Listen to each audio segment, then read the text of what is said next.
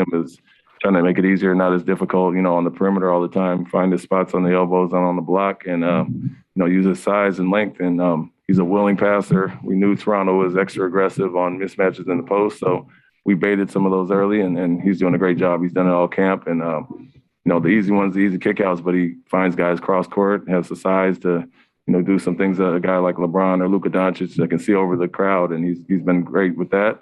Guys are moving, getting to their spots, and we knew we could get some open shots off of him in the post. Happy Jen. Toronto had 35-plus points off of turnovers. Is that something you just live with as you guys get used to playing the way that you would like to with the ball movement? Not at all. Not live with. We get in a hurry at times, that especially in that second quarter when we let them back in it. That was due to our turnover. So, as much as we're emphasizing taking care of the ball, passing the ball, we still want to take care of it. And, if that's what really got them back in the game with that 43-point quarter. Other than that, we were great with 16, 27, and 25 in the other three quarters. So 2 games in a row have been a little sloppy now. But like I said, we're happy with the effort. What they're trying to do is a matter of execution now. And that's the thing I preach from day one, effort and execution. So we can clean those up, get more looks. Obviously, we're scoring enough. It's just taking care of the ball now. And then defensively in that quarter, they seem to kind of figure out the switching or being able to take advantage of it. Is that something? What happens in the regular season in those instances? Are you saying us figuring out the switching? No, Toronto figuring out your switching. Yeah, teams are gonna have obviously adjustments there, and they try to slip out of some things, and we were ready for some of them, but some is just a lack of communication overall, and that's what really got them back in the game. So we know some of the things that teams do in general against switching. We can mix up our coverages as well, but we're really hammering home, working on and off the ball with switches right now. We can go back to the other things that we do at times, and this is kind of out of their nature. So we've been working on that throughout training camp, and I'm really resisting the urge of trying to put in new coverages and really stick with this for now. But we know teams are going to stop behind the DHO or the pick and roll or slip out of pick and rolls, try to cause some confusion. Those things we work on every day. John Corrales. You obviously talk a lot about the 0.5 philosophy in terms of that. And what did you see from that compared to the first preseason game? Yeah, it did pop around the gym a little bit more. We want guys to shoot the open shot, but also, get off it just as quickly if you don't have something. So we know the guys that can take advantage of mismatches when they have them, and we give them that license to, let the ball stick a little bit more in the crowd they're going to draw. So we know who our guys are as far as that. But in general, tonight, as in the last 2 days of practice after the Orlando game, the ball has been moving great. Guys are finding their spots and starting to learn each other and what we want from them. Gary Washburn.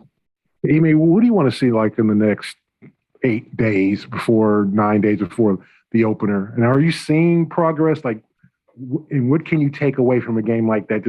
That was a little topsy-turvy, kind of crazy at the end. What do you take away from that? Yeah, just more so than anything, steadiness. We are seeing growth, like I said, week by week, and it's just want to continue to grow with these last 2 preseason games. We'll start to mix in some different coverages and not just switch as much, but we feel we have a unit that can do that well. Obviously, more so when Jalen is there, but just growth in general. That's what we've been preaching for the young guys, for the veterans, and the guys are, a new group together. So they're learning us as coaches what we want. We're learning who fits well together. So I would say the common theme is pretty much growth going forward, and we've done that in the first 2 weeks. Jared Weiss. You're posting up a lot early, and obviously posting up runs the risk of kind of stagnation throughout the offense. So I guess what do you tell the rest of the team about trying to stay active, also being in the right positions to make it work? Yeah, well, the posts were to take advantage of some mismatches. They were switching a lot, and we get Van Fleet on Jason, and just as good as Marcus posting as well. We know they're going to come and, like I said, rotate and help. That's some of the things that Toronto has always done. And so we're fine with that if we draw, double teams and kind of initiate offense out of the post. So we have movement that we worked on the last 2 days out of post spacing and isolation spacing, and we did some of those things well tonight. And so we want to put our guys in the right place and obviously have good shooters that are feeding the ball so they'll get the shots coming out of the double team. So Luigi Dorada. Just what did you see from Al tonight in the starting lineup, and how did he look next to Rob? Steady guy that he always is. Obviously, you can do some different things than our other bigs, but he's as valuable whether he's starting at the 4 or sliding over to the 5. Just gives us a different look there. Obviously, his shooting, playmaking, IQ, passing, all the things I've talked about from day one with him that we knew he was going to bring. But, you know, we want to see him and Rob play together as well. And, you know, some of that is involved with him being on the perimeter more, you know, or if teams are downsizing, we want to find a matchup that's favorable for him as well. And so he's showing us that he can guard perimeter, small ball fours and guard fives as well. So he's pretty much invaluable for us on both ends of the floor. Abby?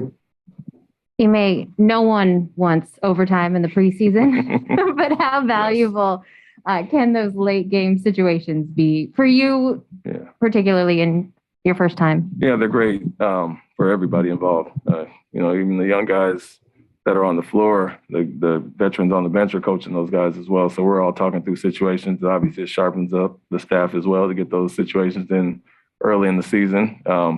But just in general, I think, like you said, nobody wants overtime. So I'm glad we were able to finish it out. We worked on switching up before the ball was in on that last possession, and it's good to get those actual game reps in. You can't really emulate in practice. One final Zoom question from Keith Smith, Coach. Coach, with Peyton's ability to step way behind the arc, how do you build that into the offense that he can take those deep ones and make them? Well, we like to work on that. I mean, we work on basically we call it 4-point shots. The guys that can shoot with that range and have that range, we like to space them out to 4-point spacing as well. It really opens up the floor and gives our guys driving lanes. So Peyton's a guy that obviously plays with the ball in his hands a lot, but we've encouraged him to let it fly when he's off the ball. He's one of our best shooters.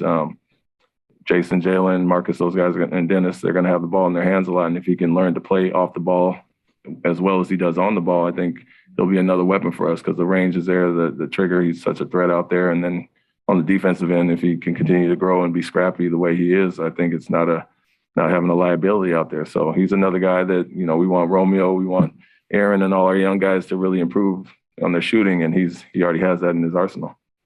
Wrap it up right there. Thank you, Coach. Thank you.